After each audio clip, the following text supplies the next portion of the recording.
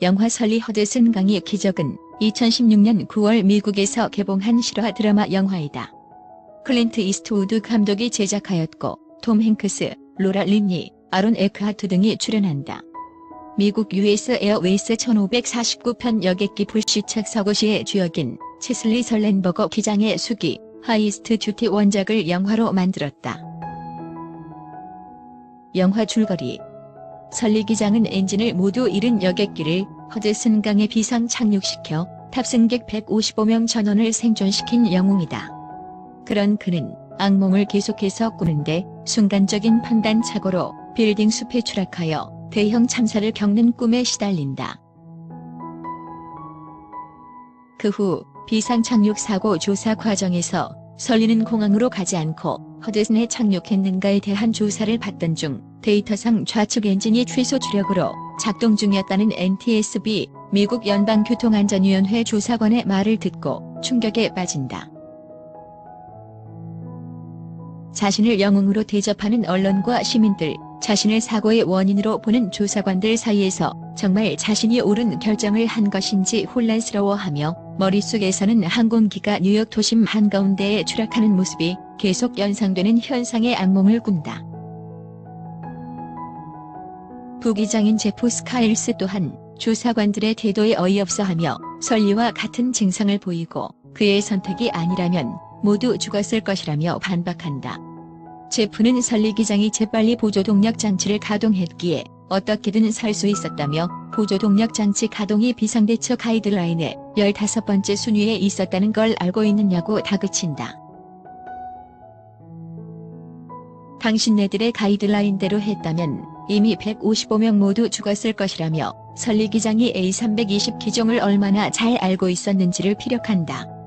그러나 에어버스에서 실시한 컴퓨터 시뮬레이션 결과 첫 회항 결정지였던 라거디아, 두 번째 회항 예상지였던 테터보로 공항에 각 20회 모두 무사 착륙이라는 결과까지 나와 설리 기장은 혼란에 빠진다. 자신이 옳았다는 증거를 찾기 위해 사고 경위를 생각하고 또 생각한다.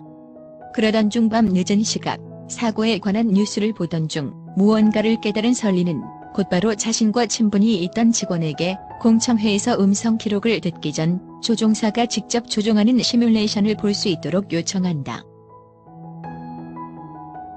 이후 공청회 자리에서 시뮬레이션 결과를 확인한다. 에어버스사에서 진행된 비행 시뮬레이션 결과 둘 다 무사히 착륙하는 모습을 영상으로 보여주고 객석에서는 술렁이지만 설리는 기다렸다는 듯이 시뮬레이션을 실시한 조종사들이 얼마나 연습했는지 묻고 이에 대해 무려 17회의 연습을 했다는 어처구니없는 대답을 듣는다.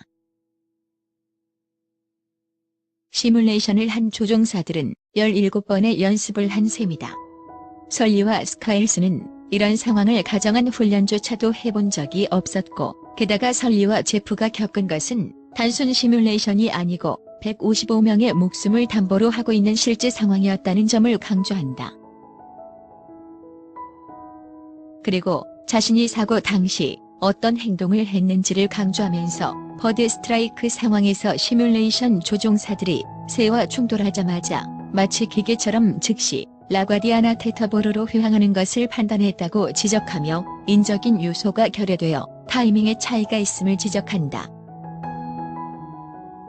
설리의 주장대로 버드 스트라이크, 즉 세대와의 충돌 직후 이에 대한 상황 판단과 해결 시도 등으로 인해 시간이 소모된 이후 기술을 돌려야 한다는 점이 인정되었고 이 점을 고려하여 세대의 충돌 이후 35초가 지난 뒤 회항을 하는 것으로 상정하여 시뮬레이션을 재시도한다.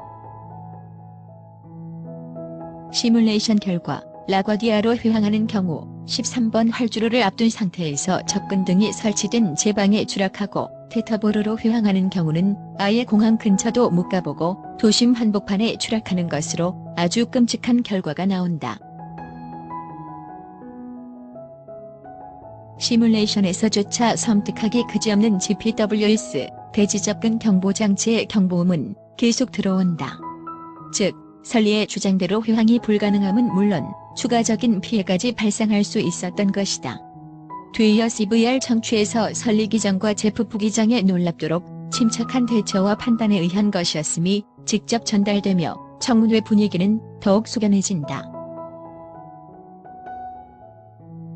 여기에 결정적으로 실제 항공기의 왼쪽 엔진을 회수해 검사한 결과 설리의 말대로 왼쪽 엔진은 그야말로 처참하게 파괴되어 정지된 상태였음이 밝혀진다. 그를 토대로 조사관인 엘리자베스가 ACARS 데이터, 즉 운항정보 교신 시스템의 데이터가 고장으로 인해 잘못된 것이었음을 인정한다. 조사관들은 설리와 제프의 대처가 유례가 없을 만큼 대단했던 점을 인정하고 공식 석상임에도 불구하고 사적인 감정을 담아 사과를 전할 정도로 미안함을 표하고 이 사건에서의 설리 기장은 증명 불가능할 정도의 훌륭한 인물임을 언급한다.